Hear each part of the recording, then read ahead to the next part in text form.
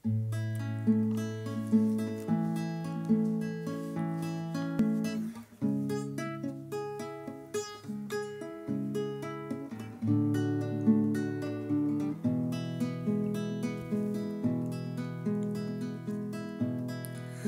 toi revient l'honneur, nous te louons. Nous levons les mains vers toi, Seigneur, pour élever ton saint nom. À toi revient l'honneur, nous te louons.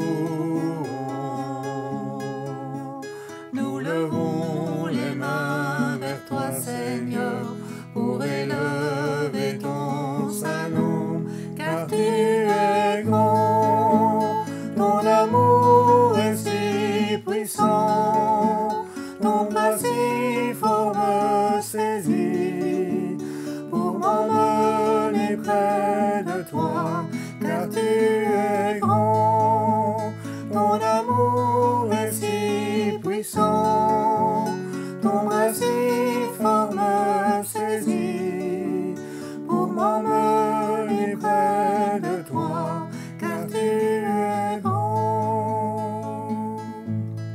Car Dieu t'a tant aimé, qu'il a donné Jésus son Fils unique sur la croix, pour pardonner tes péchés. Car Dieu t'a tant aimé, qu'il a donné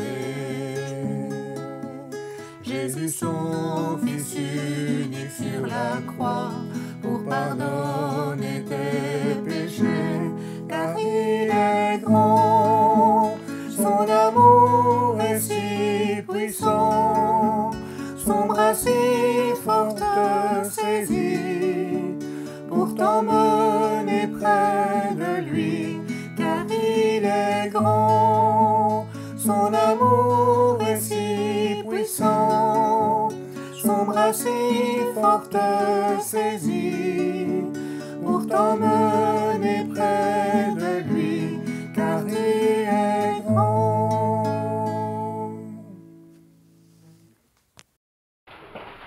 Et je lis encore un texte en introduction de la prédication. Merci, merci. Dans 1 Corinthiens 1, voilà. 1 Corinthiens 1, verset 2 jusqu'au 6. Voilà, les enfants, vous pouvez aller. Merci, oui, en effet. Voilà, voilà, voilà. Merci aux moniteurs et monitrices. Toujours d'attaque des monitrices. Donc, 1 Corinthiens 1, versets 2 à 6. L'Église de Dieu qui est à Corinthe, à ceux qui ont été sanctifiés en Jésus-Christ, par vocation, et tous ceux qui invoquent en quelque lieu que ce soit le nom de notre Seigneur Jésus-Christ, leur Seigneur et le nôtre. Ça, c'est la prière. Que la grâce et la paix vous soient données de la part de notre Dieu, Père, Fils et du Seigneur Jésus-Christ. Je rends à mon Dieu de continuelles actions de grâce, c'est Paul qui écrit, à votre sujet, par la grâce de Dieu qui vous a été accordée en Jésus-Christ. Car en lui vous avez été comblés, en Jésus-Christ vous avez été comblés de toutes les richesses qui concernent la parole et la connaissance, qui concernent le témoignage de Christ, car le témoignage de Christ ayant été solidement établi parmi vous. Et puis encore un texte dans 1 Corinthiens 11, 23, c'est la Pentecôte, on voyage un peu. 11, 23. Car j'ai reçu du Seigneur ce que je vous ai enseigné, c'est que le Seigneur Jésus, dans la nuit où il fut livré, prit le pain, donc institua la scène. La scène, nous venons d'en parler, c'est cette communion des frères et sœurs ensemble, en souvenir de l'œuvre de Christ. La Pentecôte, c'est ce temps de moisson dont nous avons bénéficié par la grâce de Dieu. C'est la Pentecôte, le Saint-Esprit est venu, il continue de se poser sur ceux qui reçoivent le Christ où qu'ils soient dans le monde. C'est très simple, c'est la promesse de Dieu. Et aujourd'hui, j'aimerais préciser quelques pensées sur ce sujet. Rappelez-vous, la semaine dernière, nous avons parlé de l'amour et nous avons dit que l'amour était patient. Vous vous souvenez? Et nous avons pris l'exemple d'Abraham, qui avait reçu la promesse d'avoir une nombreuse génération et qui, lorsqu'il était atteint de 9 ans, n'avait toujours pas d'enfant. Il fallait quand même une dose de patience. Hein. Nous sommes parfois patients, mais pas trop longtemps. La patience se termine parfois avec la tombée de la nuit. Et pourtant. Aujourd'hui, j'aimerais vous parler de la nourriture. L'amour est patient. La fidélité est aussi une caractéristique du chrétien. Et la fidélité pour nourriture. Ce n'est pas tous les grands plats, les beaux plats que l'on peut faire. Ce n'est pas les meilleurs restaurants. Mais c'est la fidélité. Et la fidélité pour nourriture. Alors on pourrait réduire la fidélité, ben oui, c'est dans les choses de la religion un peu. Mais je pense que non. Je pense que c'est dans tous les domaines. Fidélité dans la vie, dans le mariage, bien sûr, dans l'œuvre du Christ et dans son sacrifice. Qualité spirituelle, la patience en est une. Abraham l'a connue, mais aujourd'hui je veux parler de fidélité. L'amour, dit 1 Corinthiens 13, n'est pas envieux. Quand on aime, on n'est pas envieux de l'autre, qui est autrement que moi, forcément. Peut-être une meilleure vie, moins meilleure vie, je ne sais pas. Une vie plus sympathique, plus plaisante, plus agréable, moins de problèmes. L'amour n'est pas envieux. Pas facile, ça. C'est pas facile parce que nous ne sommes pas seuls sur la planète, nous ne sommes pas seuls là où nous habitons, nous ne sommes pas seuls dans l'école, dans l'entreprise et dans l'église. Certains ont problème sur problème, ça ne s'arrête jamais, semble-t-il. D'autres, ben ça va, ça roule comme sur des roulettes, tout va bien, tout est bien, les enfants marchent bien, voilà, tout va bien. L'amour n'est pas envieux. Et cette semaine, en relisant un peu les évangiles concernant la Pentecôte et l'ascension du Seigneur, ou l'ascension et la Pentecôte, j'ai un peu fait attention aux différents disciples et à la manière dont ils ont abordé le sujet, eux. Comment ils ont vécu le sujet de la Pentecôte. Et ils ont écrit toute une série de choses que j'ai recueillies, enfin que j'ai lues, et je les ai assemblées pour faire une espèce d'ensemble que je veux partager avec vous. Il y a des détails étonnants qui me sont apparus en travaillant ainsi. D'abord, parmi les disciples qui ont reçu le Saint-Esprit à la Pentecôte, eh bien, certains avaient des doutes. Ah, on va y revenir. D'autres avaient des jugements très violents parfois sur d'autres chrétiens. Ils les jugeaient. Tiens, ils ont tous le Saint-Esprit, hein. Ils ont tous marché avec le Seigneur, c'est des disciples qui ont écrit des choses. Donc ils ont été intimes du Seigneur et pourtant, donc des doutes, du jugement, des critiques aussi. Des critiques. D'ailleurs, Matthieu rapporte ceci. Je prends l'exemple de Matthieu, l'évangile de Matthieu, j'ai trouvé ça dans son évangile. C'est assez intéressant de faire ce genre de recherche que je n'ai jamais faite dans ma vie. Mais voilà, c'est l'occasion de partager ces recherches.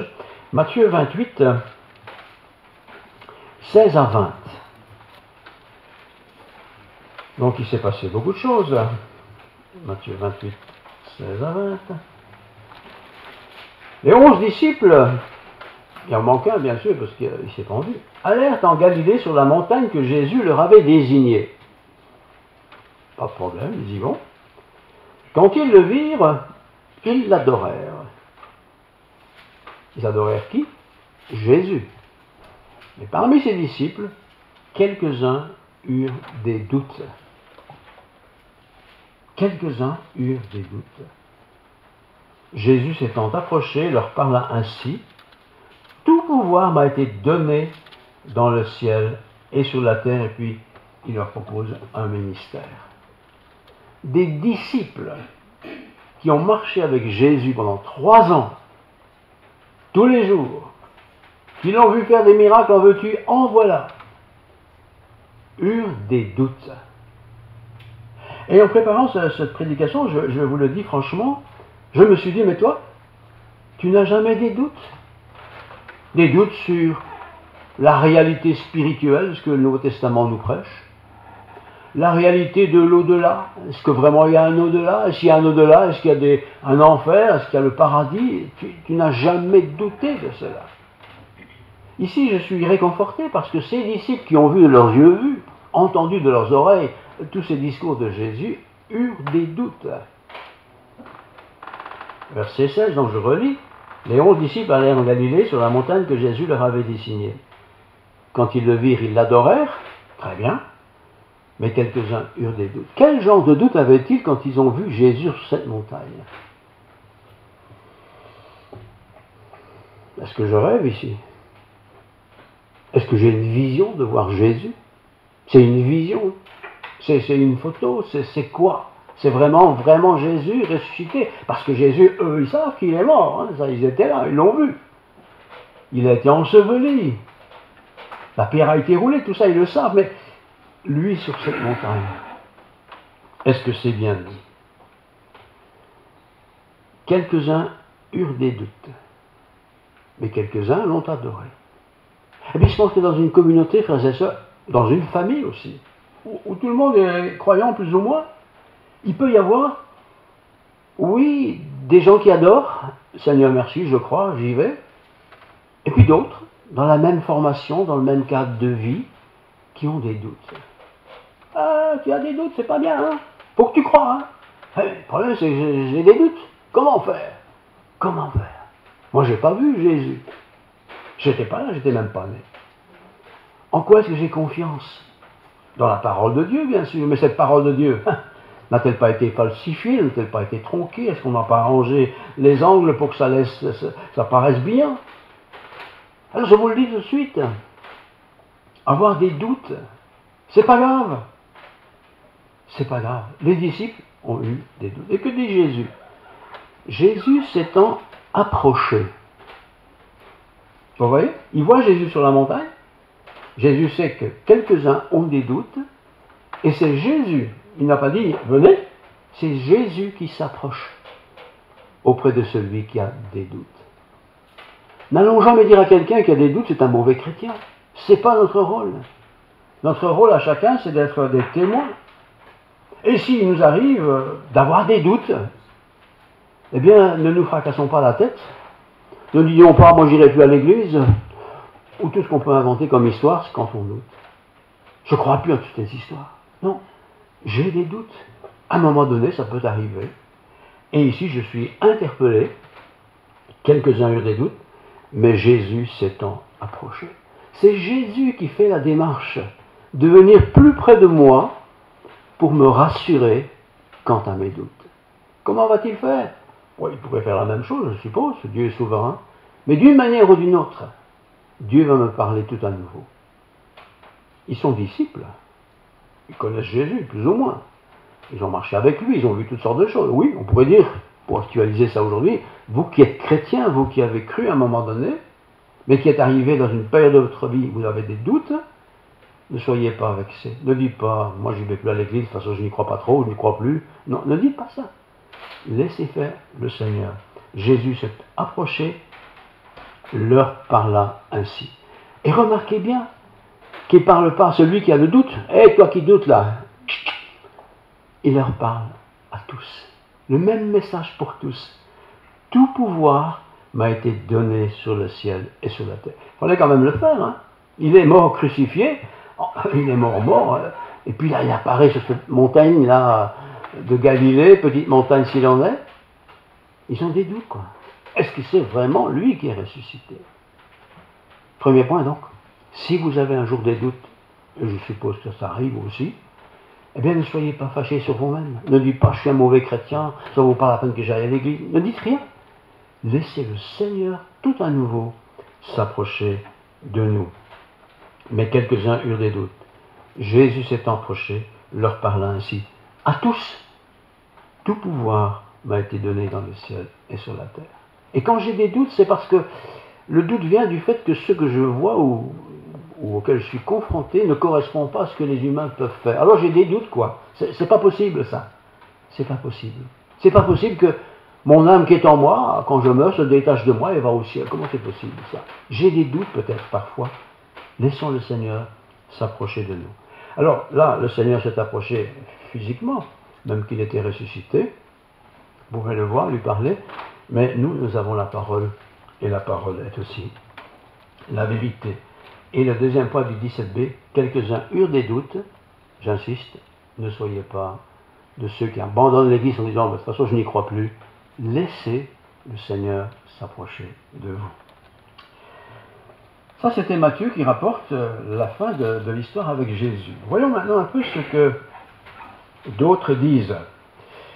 J'ai noté ici que, voilà, les disciples quand même, ils ont vu Jésus pendant 3 ans, ils ont vu ses miracles, ils ont entendu ses discours sur la montagne, ils ont même entendu le Seigneur a dit « Allez, je suis avec vous jusqu'à la fin du monde, faites des disciples ». Tout ça, ils l'ont entendu, et malgré ça, ils ont des doutes.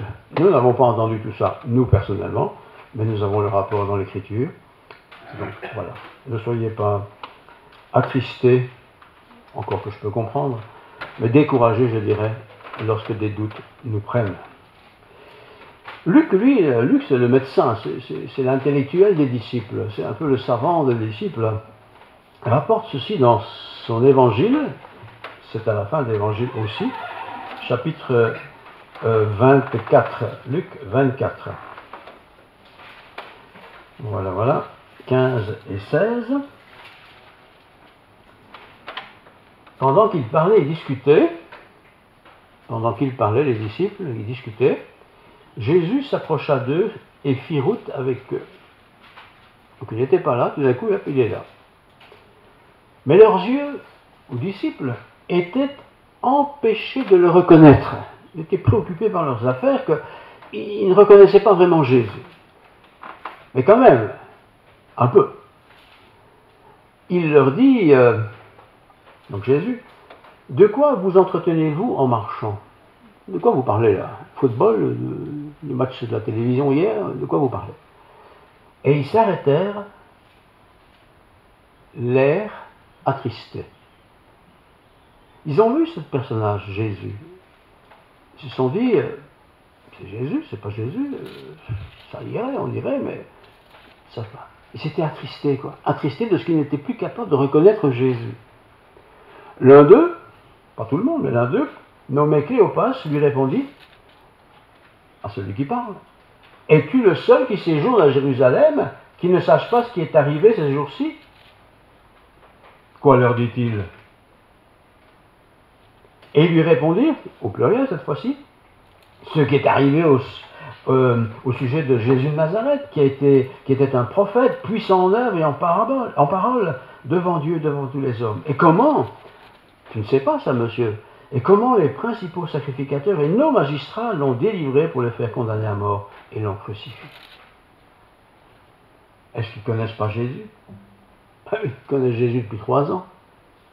C'est toujours le même Jésus. Peut-être que ses traits avaient un peu changé parce qu'il avait beaucoup souffert. Peut-être, je n'en sais rien, c'est pas écrit. Mais il devait quand même bien pouvoir reconnaître Jésus, là. Et c'est pas possible que ce soit Jésus. Oui, il est crucifié, oui, on dit qu'il est ressuscité, mais c'est pas possible. Eh bien, parfois, la parole de Dieu, quand on la lit, nous parle tellement que, oui, ça doit être juste, mais, non, c'est pas possible. Quand je compare, quand je vois, c'est pas possible. Les doutes. C'est Luc qui raconte ça. C'est un scientifique, il aurait pu expliquer un peu les choses. Nous espérions, dit le texte, c'est lui qui l'écrit, que ce serait lui qui délivrerait Israël. Donc, ce coup-ci, c'est pas lui, ça peut pas être lui, parce que celui qui devait venir, Jésus, aurait dû délivrer Israël. Ils ne sont pas délivrés, au contraire, ils sont maintenant persécutés. Mais avec tout cela, voici le 3e jour que ces choses se sont passées, et rien, c'est pas écrit, on imagine, et rien ne s'est passé. Peut-être pensait-il qu'il allait y avoir un grand bouleversement mondial, une grande quelque chose, mais rien ne s'est passé. Rien ne s'est passé. Parfois, rien ne se passe dans notre vie, frères et sœurs. Dans une période de notre vie, rien. On dirait que c'est l'habitude, toujours la même chose. Rien ne se passe, en apparence. Il est vrai, mesdames, il est vrai que quelques femmes d'entre nous, tiens, les femmes sont peut-être plus sensibles, nous ont fort étonnés, s'étant rendues de grand matin au sépulcre, et ils racontent ce qu'elles ont vu, ces femmes-là. Donc ils s'accrochent quand même, c'est lui qui le dit en tout cas, aux réalités physiques de ce qui a été vu par ces femmes. N'ayons pas peur d'écouter le témoignage de l'un ou de l'autre, parce que parfois nous sommes découragés, parfois nous sommes dans le doute, parfois nous sommes sur le chemin un peu de l'abandon. Et puis apparaît sur notre route peut-être quelqu'un auquel on ne s'attend pas. Ici c'était des femmes, ça pourrait être quelqu'un d'autre que je ne connais pas, ou quelqu'un que je connais mais que je n'ai jamais entendu ou écouté, qui parle, et dans son discours qui réconforte mes doutes. On est là pour soutenir les uns les autres. Aujourd'hui, je suis peut-être dans le doute, mais peut-être demain, je serai celui qui réconforte, ou celle qui réconforte. Dieu ne nous abandonne jamais, frères et sœurs, jamais, jamais, jamais, jamais. Et quand je doute, n'allons pas nous culpabiliser et quitter l'église et puis je n'y vais plus, laissons le Seigneur nous encourager, tranquillement, et il le fera avec grand plaisir. Un autre disciple s'est appelé Marc, il est très jeune, lui. Il raconte ceci dans l'évangile de Marc, au chapitre 16. Marc chapitre 16, versets 16 à 18.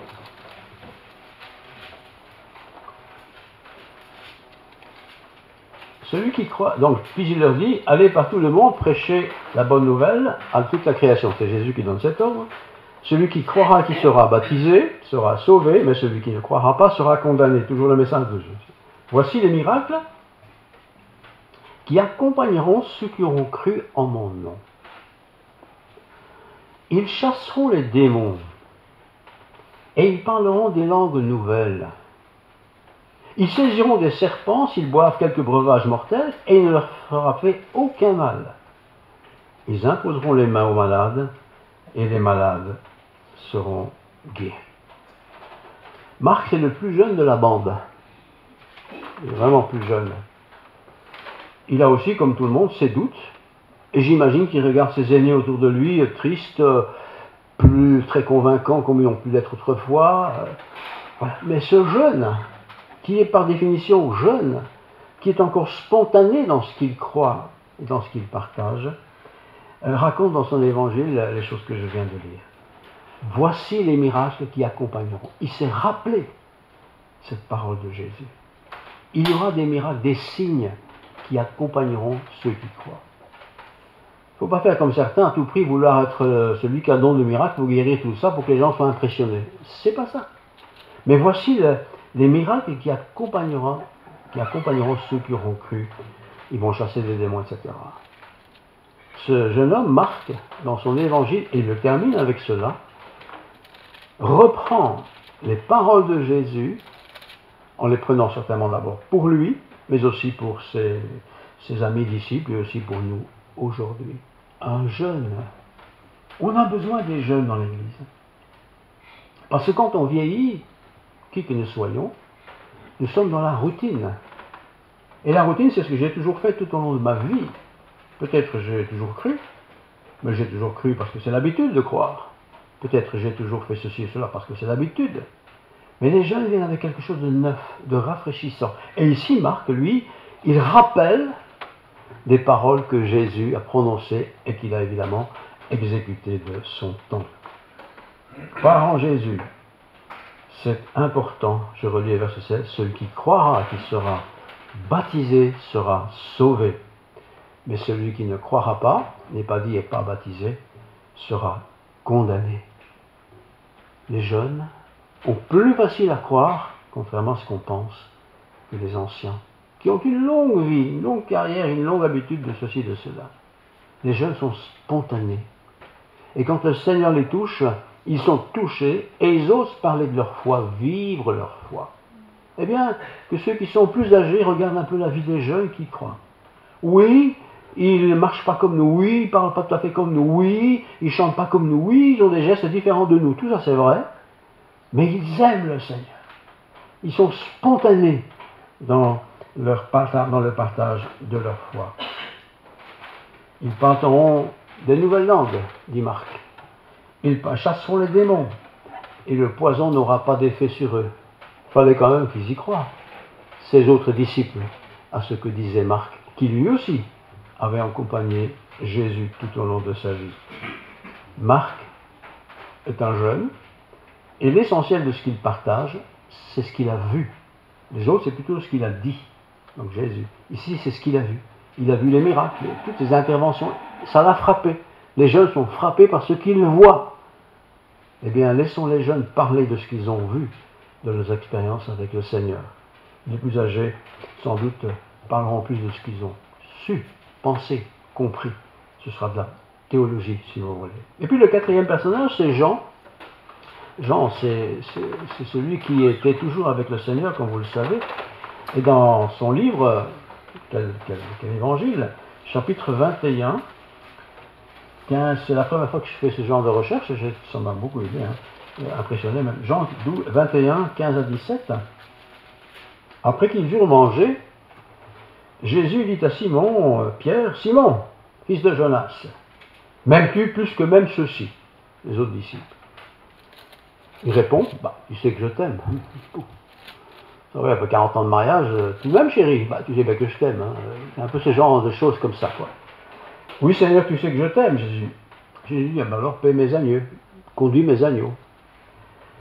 Il lui dit une deuxième fois, Simon, fils de Jonas, Simon c'est Pierre, m'aimes-tu? Pierre répondit, oui Seigneur, tu sais que je t'aime. Jésus lui dit, alors paie mes brebis, conduis mes brebis. D'abord c'est les agneaux, les petits, puis conduis mes brebis, les plus grands. Il lui dit pour la troisième fois, Simon, fils de Jonas, m'aimes-tu? C'est agapé. Les autres, c'est philéo. Est-ce que tu m'aimes par amitié? Est-ce que tu m'aimes ici? Parce que tu m'aimes, point. Philéo. Agapé. Pierre lui fut attristé, parce qu'il aimait Jésus par intérêt, voyez-vous. Et maintenant que Jésus lui demande, est-ce que tu m'aimes? Point. Il est triste. Donc Pierre fut attristé de ce que lui avait dit pour la troisième fois, m'aimes-tu? Il répondit, quelle réponse? Seigneur, tu sais toutes choses. Tu sais que je t'aime. Ah oui, il aimait bien Jésus. Mais il ne l'aimait pas de la même manière que Jésus aimait ses disciples. Oui, nous aimons Jésus tous autant. Nous sommes ici, oui, certainement. Nous aimons Jésus. Nous aimons Dieu. Voilà, on aime tout ça. Mais on aime tout ça parce que derrière tout ça, il y a souvent un petit bénéfice. Jésus n'aimait pas pour avoir un bénéfice. Il aimait agapé. C'est sa nature d'aimer sans retour. Ah, si nous pouvions tous aimer de cette façon-là. Et il répondit, Seigneur, tu sais toutes choses. Tu sais que je t'aime, Jésus. Jésus lui dit, alors, paie mes brebis, donc conduis mes brebis. Jean est l'apôtre par excellence qui nous a révélé, laissé beaucoup de beaux textes, d'évangiles bien sûr, d'autres passages, d'autres témoignages. C'était un homme intime de Jésus. On dit de lui qu'il était toujours, parce qu'ils étaient couchés quand ils étaient ensemble, il était toujours près de la tête de Jésus, toujours prêt à entendre une parole de Jésus. Il était un intime de Jésus. Comme il y a aussi dans les églises, toutes les églises, des intimes de Jésus, des gens qui ont une vie plus personnelle avec Jésus. Ils ne cherchent pas l'expérience, ils ne cherchent pas l'extase, ils ne cherchent pas l'ambiance, non, ils sont bien avec Jésus. Donc, quand j'ai étudié cette semaine ces textes, ça m'est venu à l'idée de regarder un peu comment ils ont terminé leurs évangiles. 4 personnages, 4 façons de terminer leur évangile différents, mais toujours le même évangile, bien entendu. Alors, je me suis dit, et moi, dans tout ça, nous, ce matin, quelle est la nourriture que nous prenons chaque jour? Est-ce que nous sommes fidèles dans cette nourriture du Seigneur? La lecture de la parole de Dieu, ou l'écoute de la parole de Dieu, le partage de la parole de Dieu, le partage de la foi. Est-ce que l'Église, pour moi, c'est une habitude que j'ai envie de temps en temps, ou est-ce que c'est un endroit où je vais pour être avec mes frères et sœurs et partager la foi? Vous voyez? Comment je vois ma vie en fin de compte? La Pentecôte, bien sûr, nous rappelle que l'Esprit a été donné à tous ceux qui étaient là dans cette foule. Ils venaient de partout. Ils se sont mis à parler des langues qu'ils n'avaient même pas apprises. Ça ne veut pas dire que ça va nous arriver, il faut toujours étudier l'anglais, l'espagnol et l'allemand à l'école, hein, c'est difficile. Mais Dieu nous donne de comprendre toutes les différences dans l'Église. Dans l'Église, on voit bien, on est différents, on vient de différents pays, de cultures différentes, mais la même chose nous motive, c'est l'œuvre du Christ. Son esprit me donne de comprendre sa parole. Et lorsqu'il m'arrive de vivre tout ce qui n'était pas très bien chez les disciples, les doutes, les inquiétudes, les questionnements, c'est pas grave. Ne soyons pas frustrés d'avoir des questions et des doutes. Laissons ces questions et ces doutes faire leur chemin et répondons à ces questions par sa parole, par son esprit ou par un avis de quelqu'un ou quelque chose ou un témoignage de quelqu'un pour être encouragé. Le Saint-Esprit, c'est le rôle, c'est de solidifier ma foi. La foi vient de ce que j'entends et ce que j'entends vient de la parole de Dieu. La parole de Dieu solidifie, ancre mieux et mieux encore ma foi dans l'authenticité qui est la parole de Dieu. Alors je termine avec cette phrase que j'ai écrite simplement. J'ai écrite jeudi. Soyons fidèles, que ce soit notre seul objectif d'être fidèles dans l'œuvre du Seigneur. Et en particulier dans ce que le Seigneur m'a demandé. C'est la même chose pour tout le monde, mais il y a peut-être des choses spécifiques qui nous demandent à l'un et à l'autre. Que Dieu nous bénisse, frères et sœurs. Amen. Amen. Prions. Notre bon Père Céleste, merci pour ta parole. Ta parole est la vérité. Il n'y a rien à y ajouter, il n'y a rien à y retrancher. Ta parole, c'est pour tous les âges, pour tous les humains, pour tous les hommes, les femmes, les enfants, les jeunes, les personnes qui sont plus âgées. Ta parole, c'est la vie.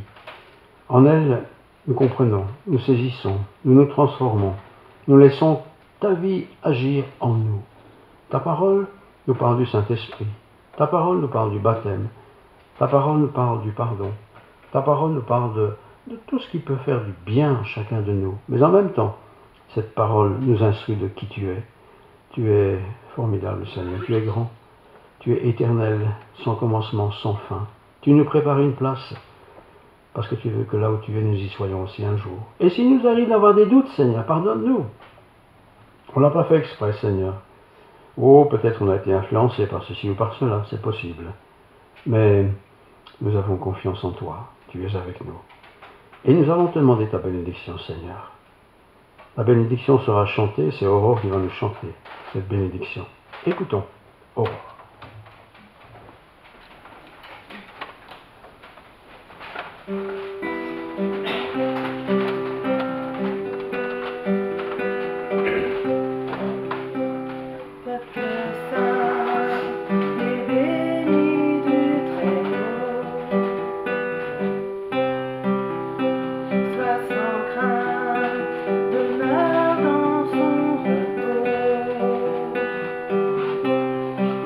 Celui qui a fait jaillir les eaux de la pierre est